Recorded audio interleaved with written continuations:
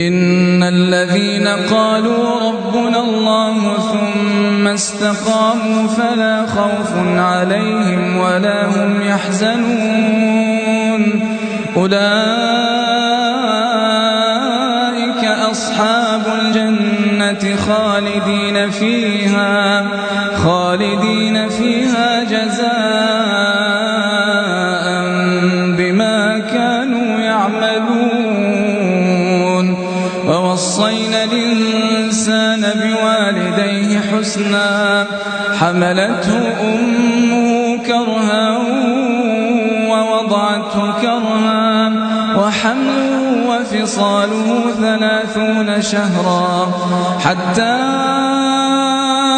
إذا بلغ أشده وبلغ 40 سنة قال رب أوزعني أن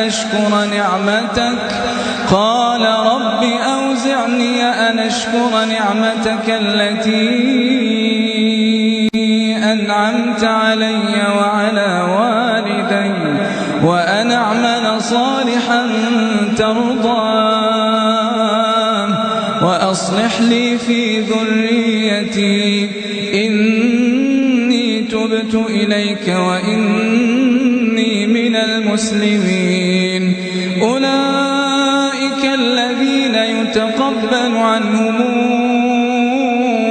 أحسن ما عملوا ويتجاوز عن سيئاتهم في أصحاب الجنة وعد الصدق الذي كانوا يوعدون.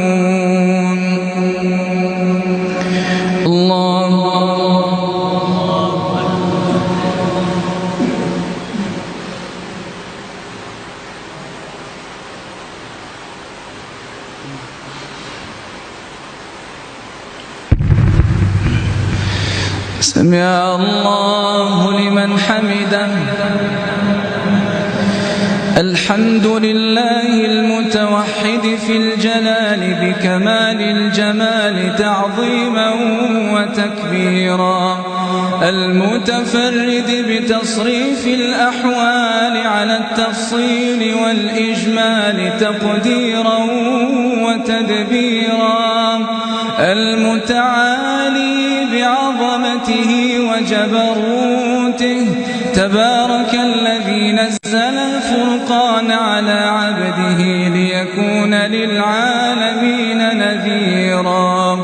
اللهم لك الحمد كما ينبغي لجلال وجهك وعظيم سلطانك.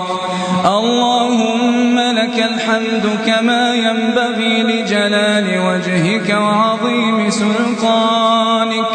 اللهم لك الحمد كما ينبغي لجلال وجهك وعظيم سلطانك.